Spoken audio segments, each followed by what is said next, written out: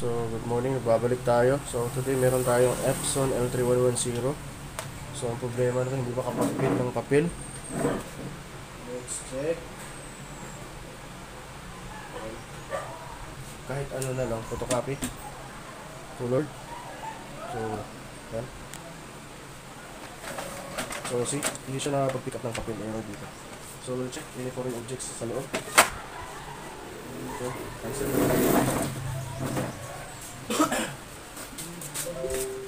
So, power off. So, wala naman siya. Okay pa naman yung rubber niya, pero we'll see. Check natin yung intruder, ano ito. Yes. So, open tayo. Dalawang screw dito.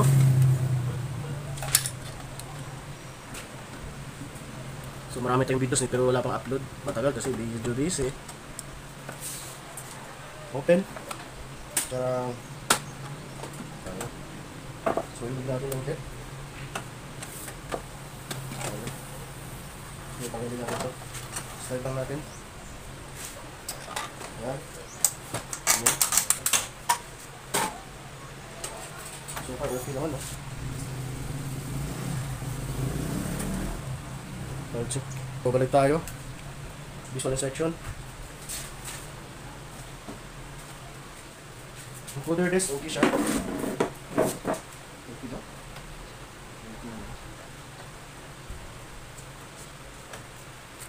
Swing.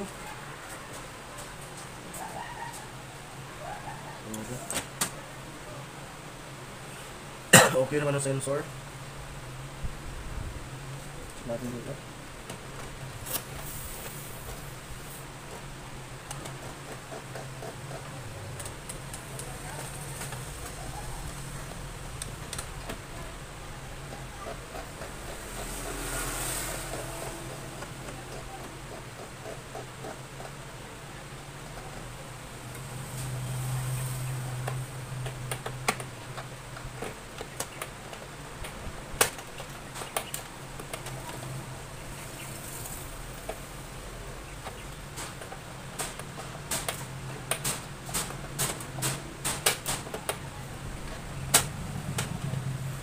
So yung pick up, ano niya, roller niya, may problema siguro. Paklasin natin. So dahan-dahan lang sa pag-detach ng specs. Yung muna natin yung starter. First, so dito na-check natin.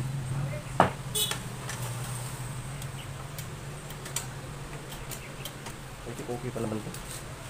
Nakapal pa.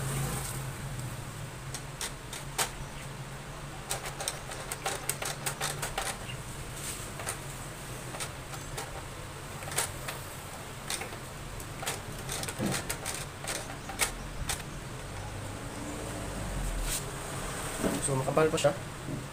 Tingnan natin kung may mga foreign objects sa loob. Tap natin.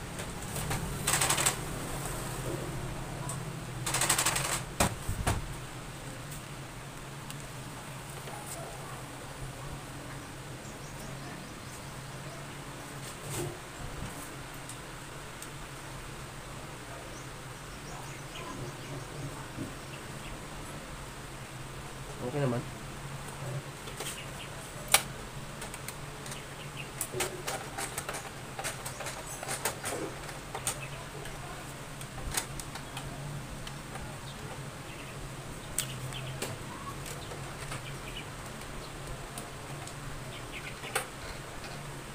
So okay.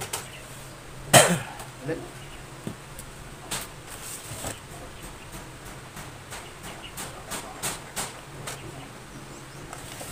Balik natin.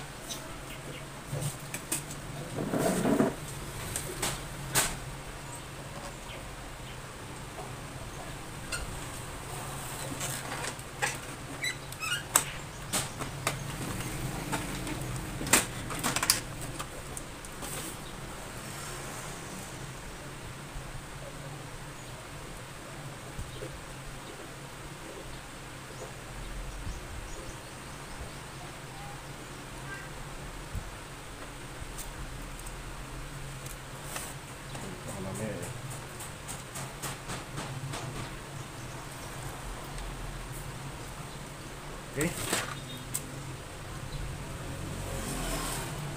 Ito kanan. Stop natin.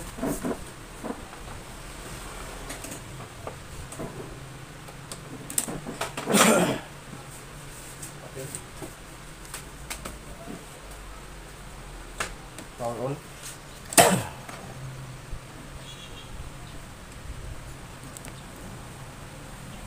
Parang wala ako. Yan. So, okay na siya. Test tayo. Cooler.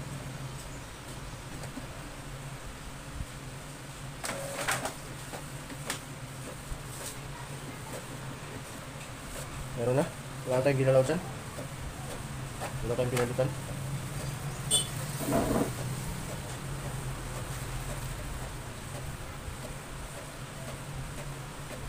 Explain tayo sa computer.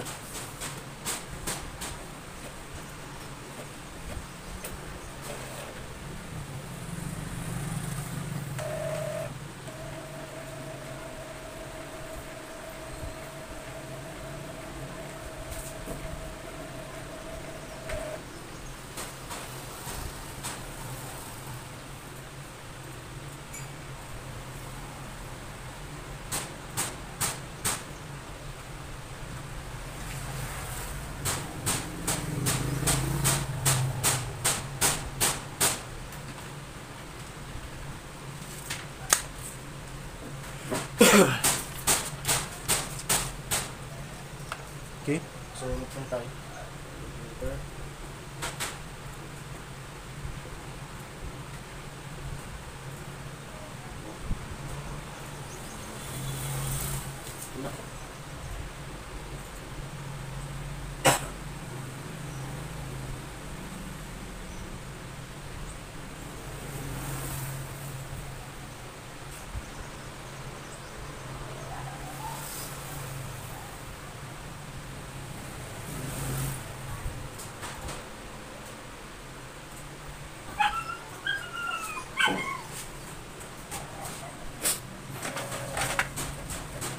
So 4 pages yan. Check natin.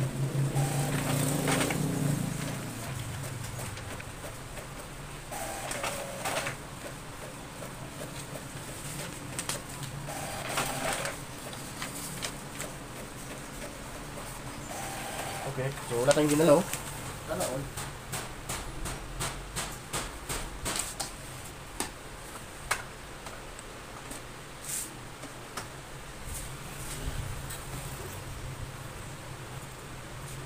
Six pages.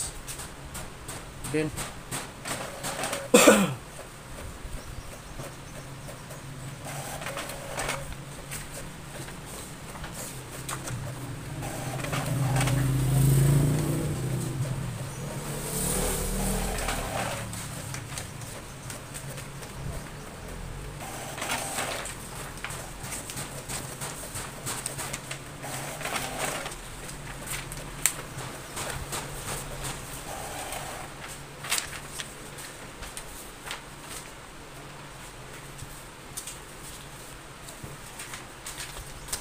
okay, so okay siya. Okay na yung pag-feed niya.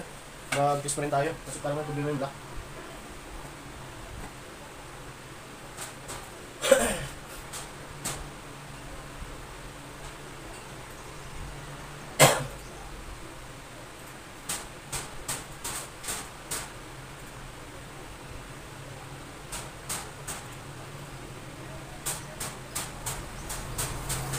So, nozzle check. Tignan natin kung okay yung cooler. Yung nozzle niya.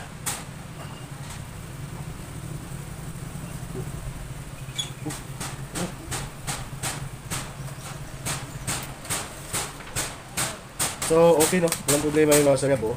Kulang lang pala ng yellow, magenta. Sayang. Okay, so balikan natin tong isa no. Ito kasi hindi nakapag-print ng ano. Magenta. Try natin ulit. Power on.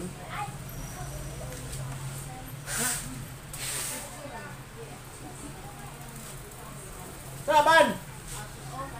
Bugas? So, analay kulang ana.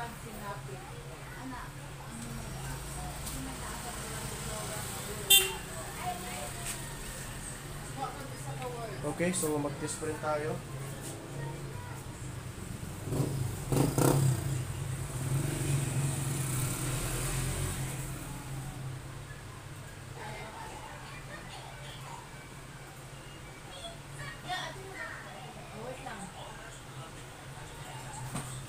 Okay, so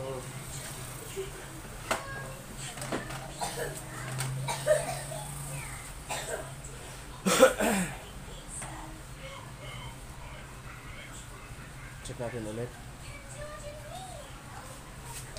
So paubos na yung kulay, no? So wala siyang cyan pala. Check natin. So cyan yung may problema. Ito wala. Yung yellow, magenta, black, complete, no? So ang gagawin natin,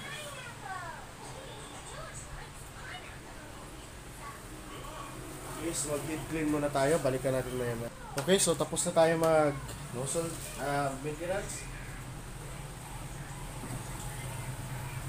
So try natin mag-print.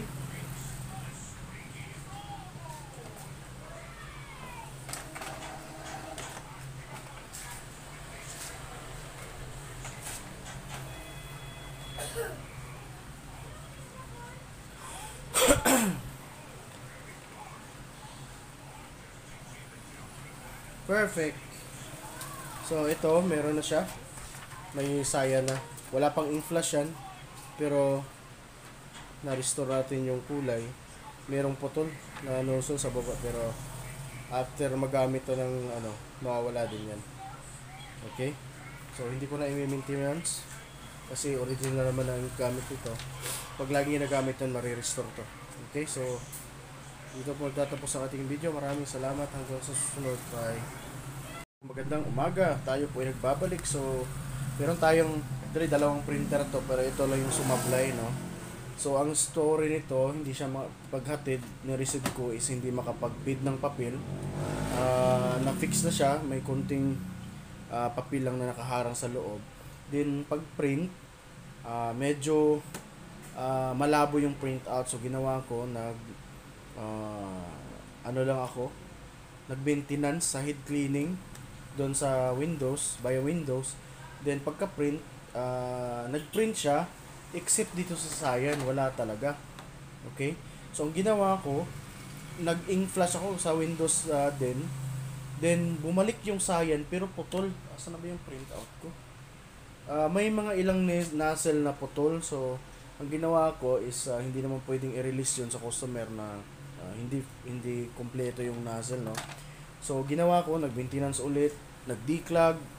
Pagka-declog ko, nawala na yung mga, hindi na naman nag-print yung ibang kulay, pati black hindi na nag-print. So ang ginawa ko is nag-power cleaning by resetter, ganun pa rin, bumalik. Pagkatapos bumalik yung black, yung magenta, saka yung yellow, nawala na yung cyan. So after that, pinahinga ko muna yung printer. Hindi naman nag-print yung ibang kulay like black. Wala nang print out. So hanggang sa nag-declog ulit yung print head, then doon ko na pinpoint na may problema yung ink. Kasi hindi po normal na pag manual declog, then bumalik siya, then biglang nawala na naman. So based on my experience, may problema yung ink natin. Kasi hindi siya, parang sticky siya na hindi na sa head. So ngayon, nag-request ako ng bagong ink sa customer kasi kailangan palitan. I-drain ko tong ink niya. So it happens na may problema to. So nakita ko yung packaging ng mga ink. So ito yung black. So dito medyo halata na hindi siya original kasi wala ang hologram niya. Pangit, no, pagka-design. Pero pag i-scan mo tong QR niya, match dito sa serial number. So I don't know kung minodified to. Then 2025 pa mag-expired. So tingnan nyo po, ito po yung original, hindi pa. Ngayon iti-tear down ko na kasi nabisuhan ko na yung customer na hindi nga original to. Pero sabi nila i-go na lang. So sabi ko, pwede, pero titignan natin. Kasi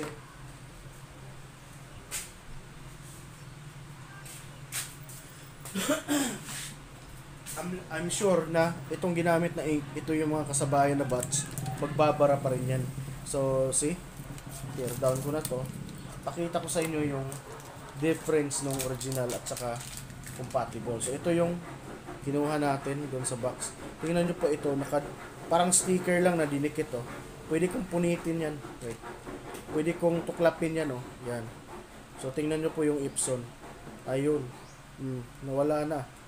Hindi po ganyan ang packaging ng original na Epson, yan, oh. Dinikit lang yung sticker na Epson. Pati tingnan nyo yung printout niya, pangit. Oh, yan, oh. Napaka-bold na, iwan ko. Walang QR dito. I don't know kung saan minupacture to. Ito po yung empty na original na 003. Tingnan nyo po. Naka-print out mismo yan sa sticker. Ay, dito sa plastic, no. Hindi mo pwedeng tuklapin yan kasi naka-ano yan eh. Naka-print mismo. So, tingnan nyo po itong packaging niya. Okay. So, yan. Yan. So, ito yung original na bottle ng 003 black. So, ito yung questionably na black. So, almost pareha lang sila, no. Yung iba naman, parang 664 na kailangan mong hugutin. Anyway. So, at least, i-check natin yung, ito yung comparison. Same with yellow. So, pati yung plastic, pangit, no. Same. Yung sticker is nakadikit siya. Tingnan nyo, tuklapin ko. Ayan. Saan ba yun? Ayan. So, si Epson, pwede kong tuklapin yan. Wait, parang kumapit, ah.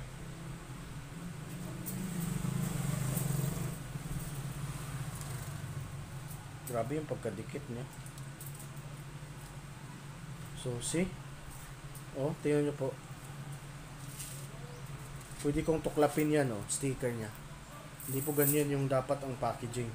So, halatang hindi original. Okay, anyway, so wala tayong choice. Ito lang, may advice tayo na igo na natin to. Parang kulang pa rin yung, kulang pa yung, kulang ml ba to? 60? 70?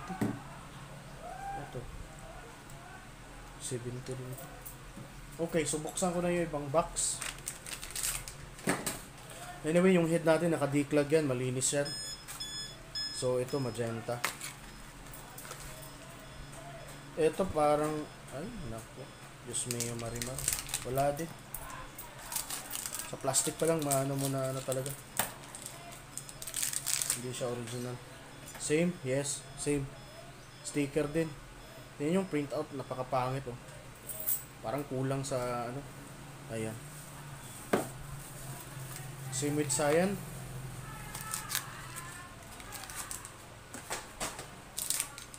Parang ganon din.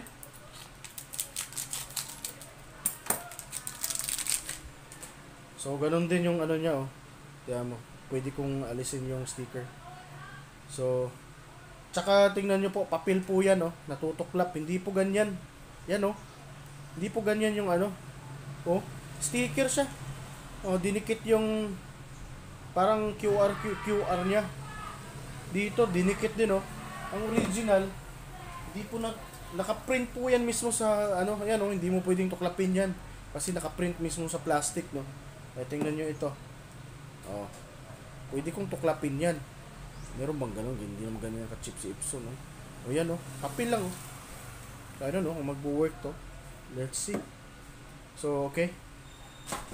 I-drain natin yung tank. Tatapon natin yung mga ink dyan.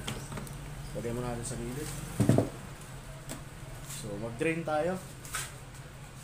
Yan, naka-post pala. Walang hiya.